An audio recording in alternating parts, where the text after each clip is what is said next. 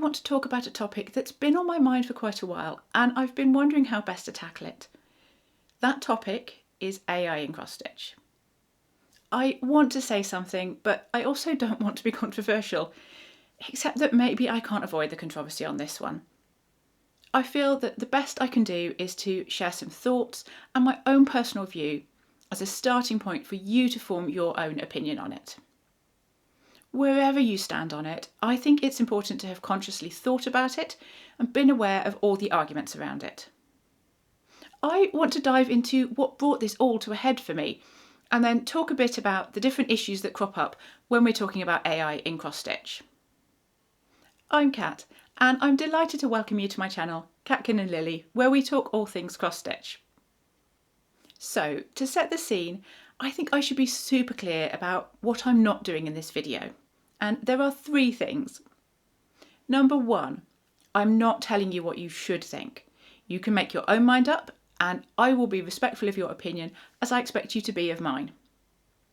Number 2, I am not by any means saying that all AI is bad, because some of the applications of AI are extremely good. What I'm focusing on in this video is generative AI, and I'll get into what I mean by that in a bit. And 3, I am not getting at or calling out anyone who chooses to stitch designs made with AI. This is just my personal stance on it. So, let's dive into what took me down this rabbit hole at this time. I bought a pattern called Chromatic Dragon from Pain-Free Crafts back in September 2023. I started stitching it, and it has been incredibly popular here on my channel. It's a stunning image.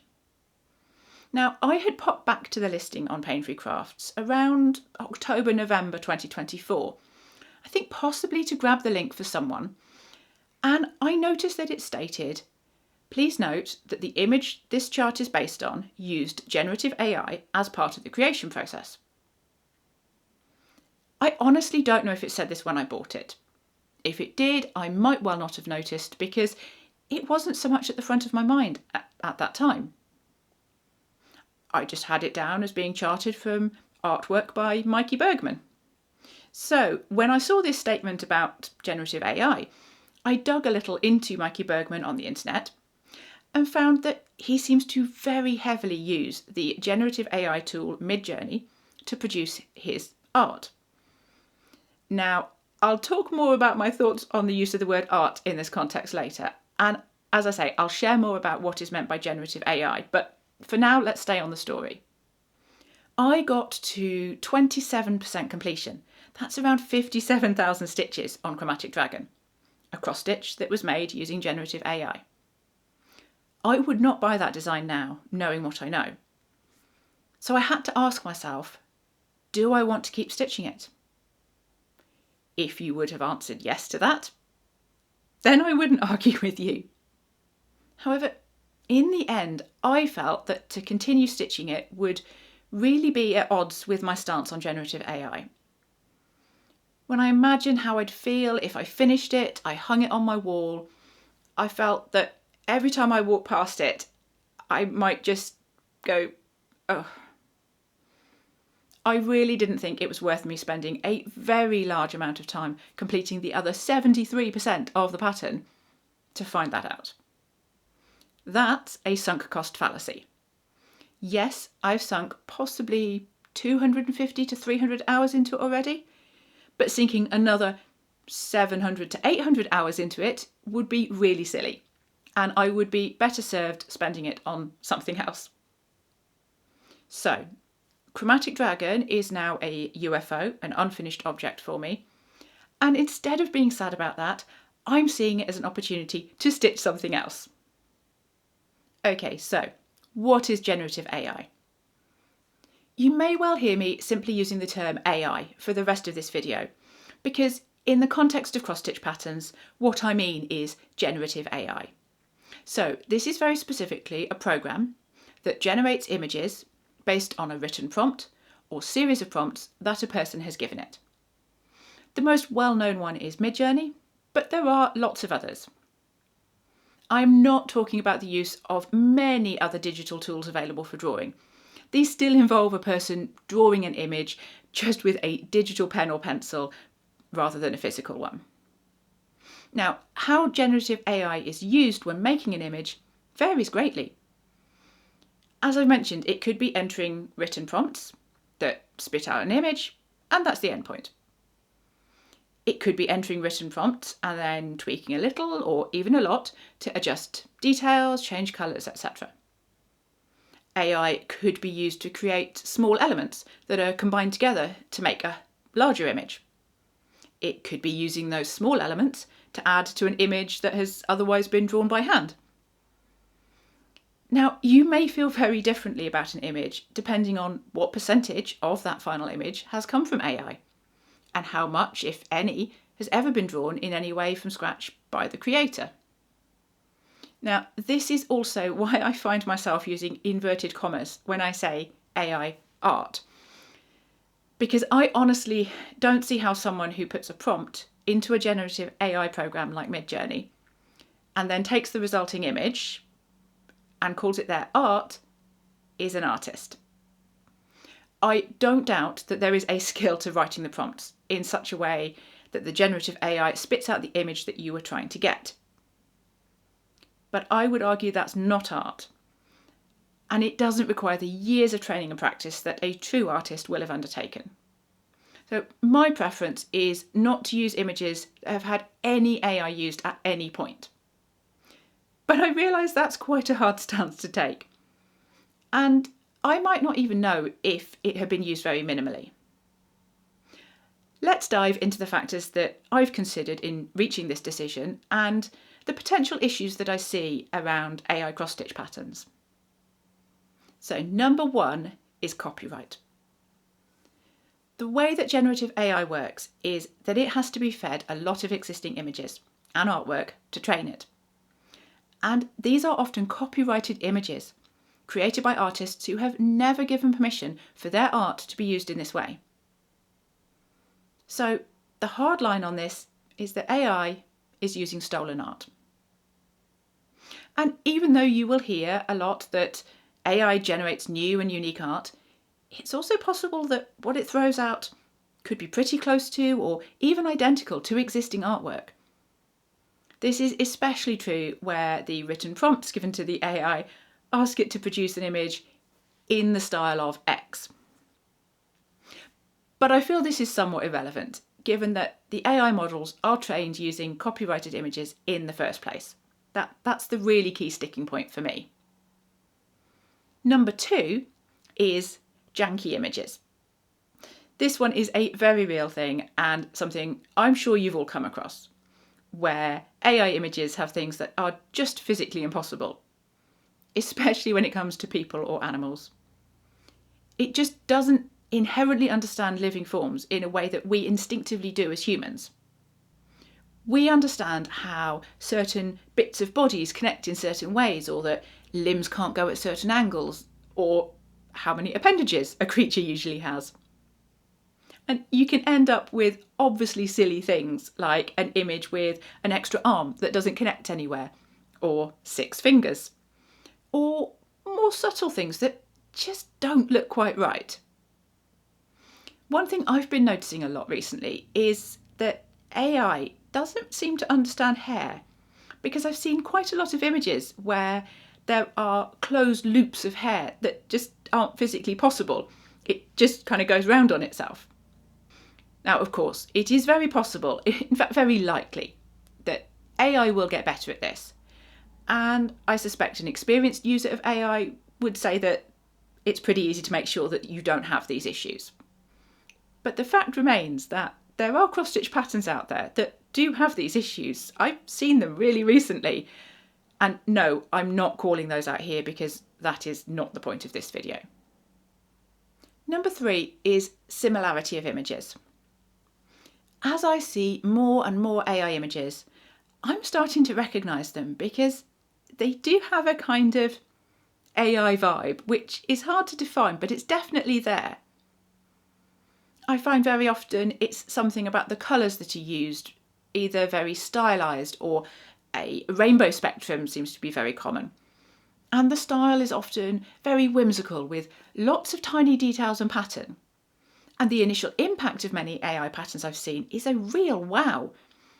But on looking at them for a bit longer, I often find that despite all those details and colours, they just feel kind of flat and emotionless to me.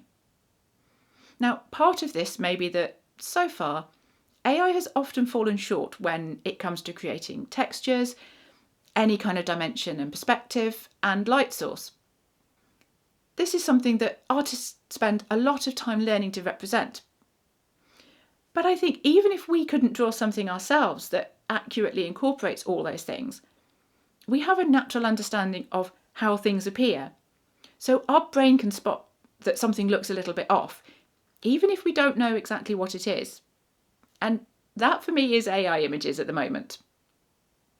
I'm also finding that many of the images have a similarity to them in terms of the subject matter or style. And Chromatic Dragon is a good example of this because it was one of several rainbow dragons that popped up around that time and since then, in fact. And if you look at them, they do actually have quite a lot in common. There's also the potential for this to get worse and worse because imagine what happens if the AI images are put back into the pool of images that AI is drawing from, and we have fewer images created by artists. It's all going to get even more similar looking. And ironically, many AI programs actually exclude AI images from their reference images, exactly for this reason, which I think tells you something. I was chatting to my parents recently about this, and my dad asked a really interesting question, which is that don't artists often learn and gain inspiration by looking at other art, which is all that AI is doing? Now, in some cases, yes, although not all artists look at other art. They likely gain inspiration from many other places, for example, nature. It's actually a hard thing to put into words, but I feel that art created by a human just has a creative spark, or soul perhaps, that's just lacking from AI.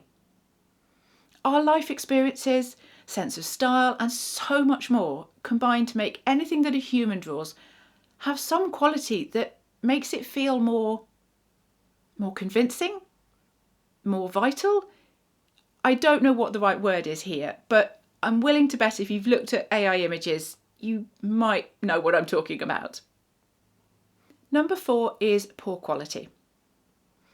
So there's a potential issue around the quality of the actual cross-stitch pattern created from the image.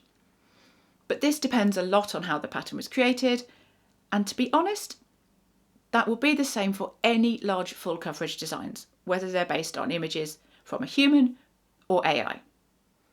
One thing I do wonder about is related to all that tiny detail and the very nuanced colour changes that I mentioned, and how well that translates into a cross-stitch piece. I worry that some of that could be lost, or that perhaps it just won't look very good. And number 5 is environmental issues. My final concern is an issue that I suspect a lot of people don't know about, and that is that generative AI is extremely environmentally unfriendly. The amount of energy needed to create AI images is huge. In this world where we seriously need to reduce our global carbon footprint, if we even have a hope of reducing the impact of climate change, I'm really not okay with that. We are consuming vast amounts of energy, and I do mean vast, to make pretty images for fun, when we have artists who already do that without being terrible for the planet. So that's my 5 considerations for you around the use of AI for cross-stitch patterns. But how can you tell if a pattern's created with generative AI? Well, unless it's explicitly stated in the pattern, you might well not be able to. In the course of my research, I've started to get a pretty good gut feeling for whether an image is made with generative AI. But it can be really hard to tell. And I wouldn't put money on 99% of the stuff I think is AI actually being AI. Some websites are already very good at putting notes on to say if patterns are AI or not, although it is often small or hard to find. In a lot of cases, it may state created from the artwork of John Smith, but you don't know how that art was made, and it might be AI or it might not be.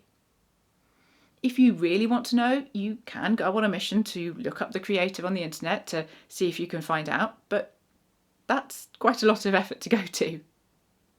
You do always have the option of contacting the seller, or perhaps even the artist, to ask if generative AI was used at all in the creation process.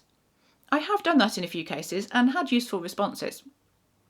I am very much hoping that it becomes more the norm to ensure that this information is clearly stated so we can all make the choices that we want to. So let's try and wrap this all up here. And what's my conclusion? Well, it's totally up to you what you do with this information. All I want is to raise awareness and for you to make a conscious decision, whatever that might be. I've decided that I would prefer not to support the use of AI and not to stitch any patterns that I know have used generative AI as any part of the image creation. A lot of the issues that I've mentioned will get resolved over time, but the environmental impact could take longer to resolve. And for me, the copyright issue alone is sufficient for me to avoid AI for now. I will do everything I can to find out if AI has been used in any part of the image creation for a cross-stitch pattern before I buy it. However, since it can be so hard to tell, if I stitch something and afterwards find out that it was AI generated, I will of course be kind to myself, chalk it up to experience rather than beating myself up over it. Now, Chromatic Dragon is different here in that it is a long way off completion. And it feels like it's very much at the end of the spectrum where the image creation was extremely heavily using AI. And I know some of you watching this are stitching Chromatic Dragon. And I very much want to say that I have no problem if you want to finish it. That's not my place to decide for you, and certainly not to pass judgment on your decision. So, to leave this on an exciting and hopeful note, you may have seen the couple of videos I made about choosing a new full coverage to stitch, and this is what I chose. It's Dragon Race into the Night, artwork by Rose Catherine Kahn, charted by Pain Free Crafts. And yes, I replaced the dragon with more dragons. And I'm really looking forward to sharing my progress on this piece, so do stay tuned for that. In fact, be sure to subscribe so you don't miss a single stitch. And as I say, I would love to hear your thoughts in the comments. We may not agree, but I'm really interested to see what everyone's thoughts are on this topic. Until next time, happy stitching. Bye for now.